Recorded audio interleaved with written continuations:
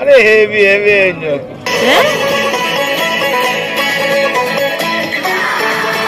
নমস্কার and welcome back to my channel. আমি এশা আর তোমরা দেখছো কনফিউজড ওয়ান্ডারলাস্ট। পেহেলগামকে টাটা জানিয়ে বেরিয়ে পড়লাম Pahalgam to Srinagar sightseeing করতে, আসল পশমিনা শল যাচাই করতে এবং কিনতে মাত্র 2700 টাকায় 3 স্টার লাক্সারি হোটেলে থাকার এক্সপিরিয়েন্স আর প্রথমবার ওয়াজওয়ান ট্রাই করার এক্সপিরিয়েন্স। আদেও কি ভালো? তো চলো শুরু করা যাক। পেহেলগাম হোটেলে ব্রেকফাস্ট করে যাওয়ার পথে সর্ষের ক্ষেত আর সিনিক বিউটি দেখে ডিডিএলজি সিনেমার কথা মনে পড়ে গেল।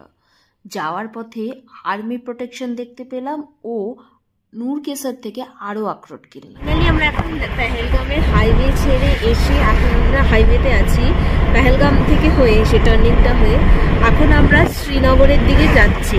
এখন আমরা এলাম কাশ্মীর মানে পেহেলগামের ব্যাট ফ্যাক্টরিতে। জাস্ট অন দ্য ওয়েতেই পরে এখানকার যে কাঠ আছে কাঠগুলো কেটে কেটে কেটে কেটে ব্যাট বানানো হয়।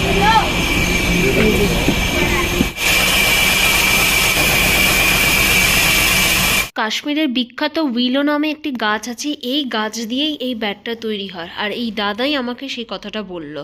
যেহেতু কিনবো না বলে ব্যাটের কত কি দাম আর জিজ্ঞেস করিনি, আর সত্যি বলতে বেশিক্ষণ টাইমও নিইনি, ওনাদের ডিস্টার্বও করিনি।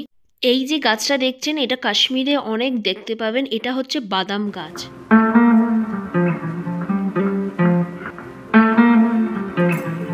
আমরা এখন আছি হজরত বলে, হজরত বল তো হজরত বল, হ্যাঁ। আর এখান থেকে ডাল লেকের ভিউটা খুবই সুন্দর।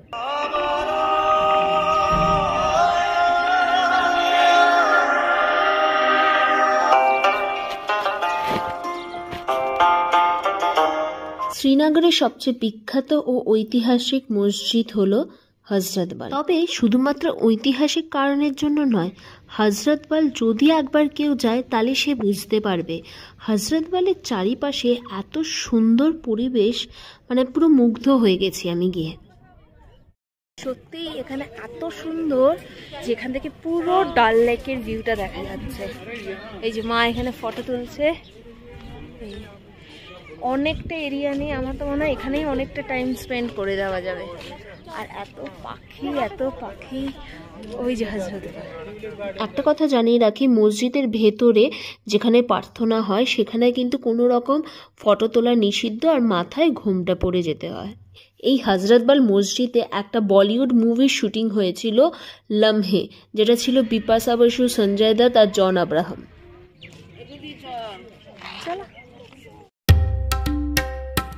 আমরা পুরো কাশ্মীর ট্রিপ যে গাড়িতে বুক করেছিলাম ডে 1 থেকে, সেটা করেছি কাশ্মীর কার রেন্টালস থেকে। ফোন নাম্বার আমি ডেসক্রিপশনে দিয়ে দিচ্ছি।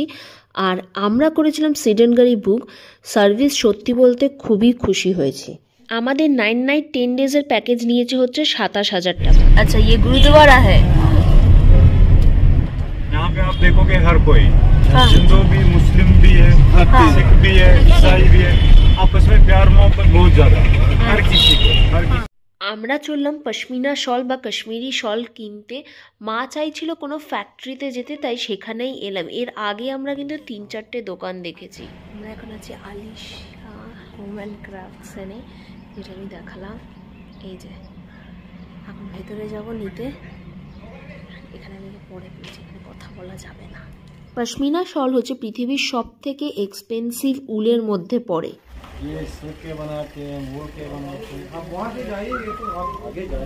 এখন আমরা এসেছি শ্রীনগরের এখানে, যে কাশ্মীর পেহেলগাম থেকে শ্রীনগরে আসার সময়।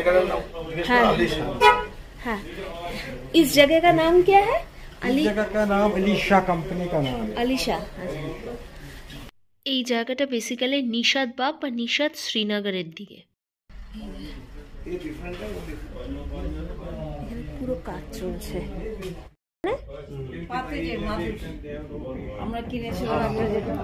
এখানে আমরা যখন গেছিলাম সেখানে কার্পেট বলুন, শাল বলুন, সোয়েটার বলুন, শাড়ি বলুন আর কাশ্মীরি লোকাল ড্রেস যেগুলো আছে কাফতান স্টাইল, সেগুলো সব বানানো হচ্ছে আর সবই হ্যান্ডমেড।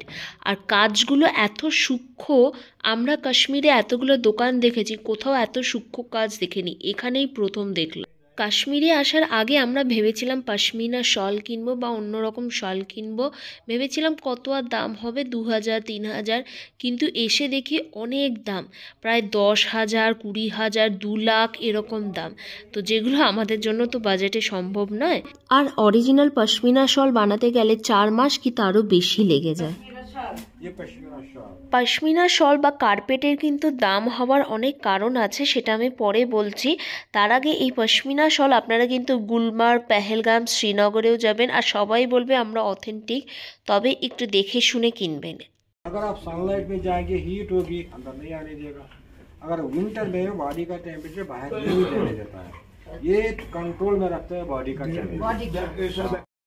ये यार है इसका, ये नेचुरल कलर है। कौन सा चीज से होता है? ये गोट से होता है। गोट से। हाँ।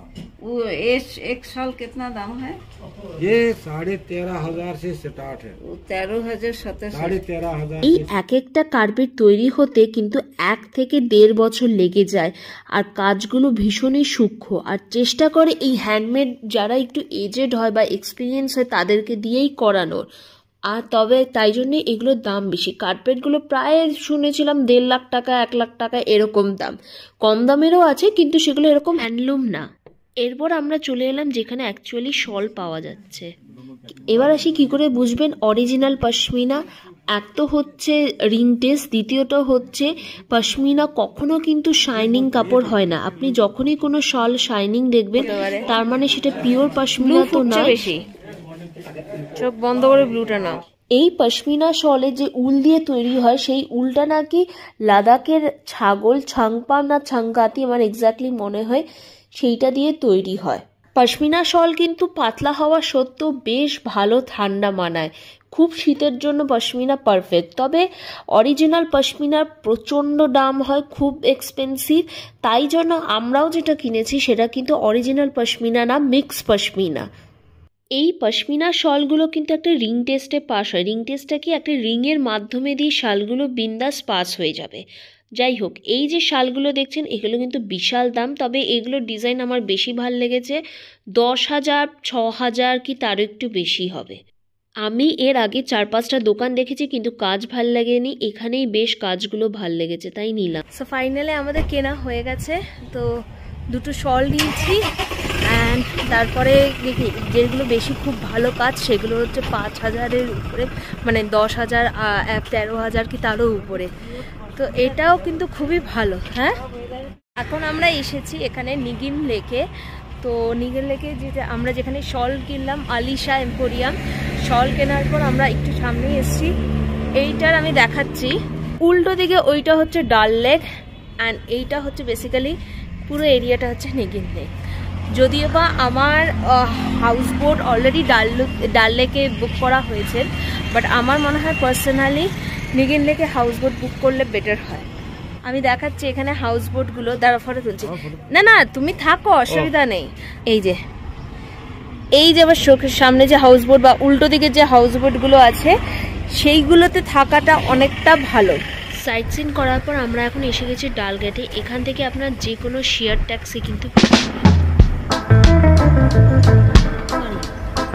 এটা আমরা এখন আছি ডাল লেকে। এই যে বিল্ডিং গুলো দেখাচ্ছে, এই যে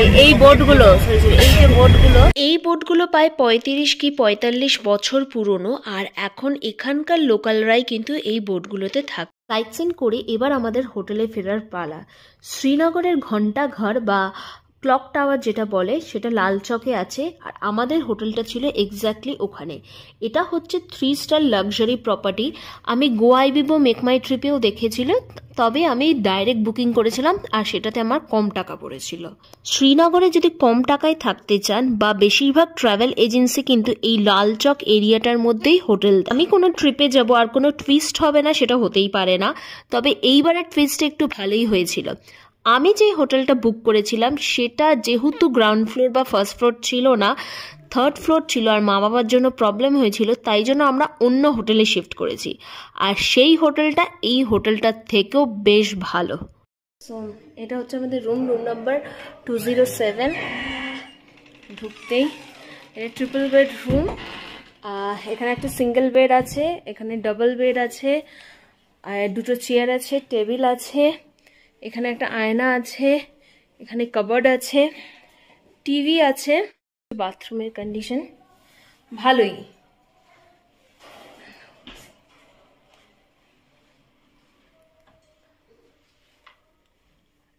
রুমের স্কোয়ার ফিট যতদূর, সো আমার যতদূর মনে হয় রুমের যে স্কোয়ার ফিট আছে সেটা হচ্ছে 280 থেকে 300 স্কোয়ার ফিট। এই হোটেলটা যখন আমরা অনলাইনে দেখেছিলাম তখন হোটেল সাডাফের থেকে দামটা একটু বেশি ছিল, 3500 টাকা। তবে যেহেতু আমরা সাডাফে 2500 টাকা দিয়ে অলরেডি বুক করেছিলাম, তাহলে ওই টাকাতেই আমরা পেয়ে গেছি।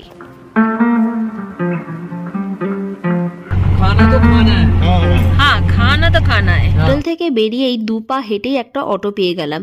তারপর আমি আর বাবা অটোতে উঠে পড়লাম। 100 টাকা নিল রেস্টুরেন্ট অবধি যাওয়ার জন্য। এই রেস্টুরেন্টটা শ্রীনগরের 40 বছর পুরনো রেস্টুরেন্ট। আরেকটাও রেস্টুরেন্ট আছে যেটা নাকি 100 বছর ছাড়িয়ে গেছে, তবে ওখানকার লোকাল বলল ওইটার থেকে নাকি এই রেস্টুরেন্টের খাবারের টেস্টটা বেশি। চলে এসেছি শ্রীনগরের ফেমাস রেস্টুরেন্ট মুঘল দরবার। এখানে ওয়াজওয়ান ট্রাই করার জন্য। ওয়াজওয়ান কাশ্মীরের ট্র্যাডিশনাল এবং ফেমাস ডিশ বা প্ল্যাটার বলা যেতে পারে। শোনা গেছে যে কাশ্মীরের কোনো অনুষ্ঠান হলে, বিয়ের বাড়ি হোক বা হোক, কোনো অন্য যে কোনো অনুষ্ঠান হলে এই ওয়াজওয়ানটা নাকি তৈরি হয়। আর এই ডিশটা নাকি ভাতের সাথে আরও অনেক কিছু আইটেমস থাকে, যেটা একটা থালার মধ্যে সাজিয়ে দেওয়া হয়। ये तबक माज है, सीख कबाब है, ये कोरमा है, वाजा चिकन है, रिश्ता, रोगन जोश और गुश्ताबा। ये गुश्ताबा है और ये रायता है। और इसका नाम क्या है? तबक माज। ये एक बटर नान। মুঘল দরবারে ওয়াজওয়ান ছাড়া আরেকটা ফেমাস ডিশ হলো বিরিয়ানি। তবে আমরা যেদিন গেছিলাম সেদিন বিরিয়ানি শেষ হয়ে গেছিল। কেমন গা? ঠিক আছে। যখনই কেউ কাশ্মীরে বেড়াতে চায় ওয়াজওয়ান ডিশটা ট্রাই অবশ্যই করে, কেন কি যেহেতু এটা কাশ্মীরের ট্র্যাডিশনাল ডিশ। অনেকের কাছে শুনেছি এটা হচ্ছে ফেমাস আর টেস্টি খাবারও বটে, তবে কিছু লোকের কাছে শুনেছি যে এই খাবারটা নাকি ভালো লাগে না। তাই দুদিকের ভার্সন শোনার পরেও আমি আর বাবা দুজনেই এই প্ল্যাটারটা প্রথমবার ট্রাই করি। এবার আসি আমাদের কেমন লাগলো আর দাম কত নিল ওয়াজওয়ানের। ওয়াজওয়ানের বেসিক্যালি 3টে প্ল্যাটার হয়। কোয়ার্টার 800 টাকা, হাফ 1200 টাকা, আর ফুলের দাম এখন মনে নেই। আমরা যেহেতু দুজন ছিলাম তাই আমাদের কোয়ার্টার নিতে বললো, আর এই প্লেটটা কোয়ার্টার 800 টাকার। আমাদের তবক মাছ, কাবাব, কোরমা আর রোগান জোশটা কিন্তু দারুণ লেগেছে। তবে প্রবলেমটা হয়েছে গুস্তাবা আর রিশতা নিয়ে। কেউ যদি মাটন খুব ভালোবাসে তার জন্য কোনো প্রবলেম হবে না, তবে কারোর যদি মাটন বা বড় খাসিতে একটু প্রবলেম হয়, কেন কি এটা সেদ্ধ করে বানানো হয় গুস্তাবা আর রিশতাটা, তাই জন্য একটু মানে কেমন গন্ধ করতে পারে, আর যেটা খাওয়া যেতে পারে মানে একটু আমার গা গোলাচ্ছিল। তবে গ্রেভিটা কিন্তু বেশ ভালো ছিল। গুস্তাবাটা একটু লাইট শেড দই দিয়ে তৈরি হয়েছিল, তবে রিশতাটা প্রচণ্ড রিচ ছিল। আচ্ছা, এবার আসি ওভারঅল খাওয়ার। ওভারঅল খাওয়ারটা যেটা আমার মনে হয়েছিল একটু বেশি স্পাইসির দিকে, মানে তেল মশলা একটু বেশিই লেগেছিল। ঝালটাও ছিল ভালো, শীতের জন্য ঠিক আছে, তবে বাবার জন্য একটু প্রবলেম হয়ে গেছিল। ফিউচারে যদি আমি এই রেস্টুরেন্টে বা আদুসে যদি যাই, তাহলে আমি এখানে ওয়াজওয়ান ট্রাই করব না, কাবাব ট্রাই করব আর এখানকার বিরিয়ানি। Good morning. সো আজকে আমি যেই হোটেলে আছি সেটা হচ্ছে হোটেল কাশ্মীর প্যালেস। তো এটাও আমি একদিনের জন্যই বুক করেছিলাম। কাশ্মীর প্যালেস হচ্ছে একটা 3 star property and overall experience তো ভালোই ছিল। এবার এখানকার খাবার কেমন সেটা আমি বলতে পারবো না, বাট রুম ওয়াইজ আমি যদি বলি তাহলে এটা বেশ ভালো ছিল।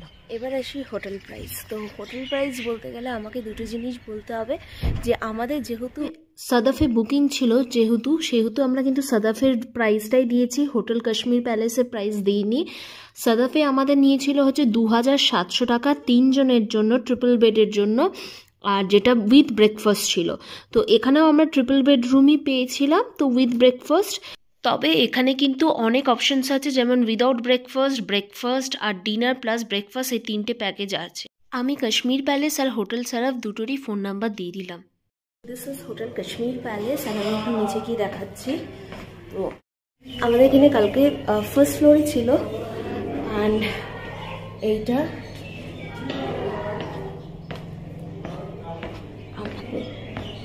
এটা হচ্ছে এখানকার ডাইনিং এরিয়া, মোস্ট প্রবাবলি এটা এখানকার ডাইনিং এরিয়া। অ্যান্ড এখান থেকে যদি সোজা যায় এটা হচ্ছে রিসেপশন এরিয়া।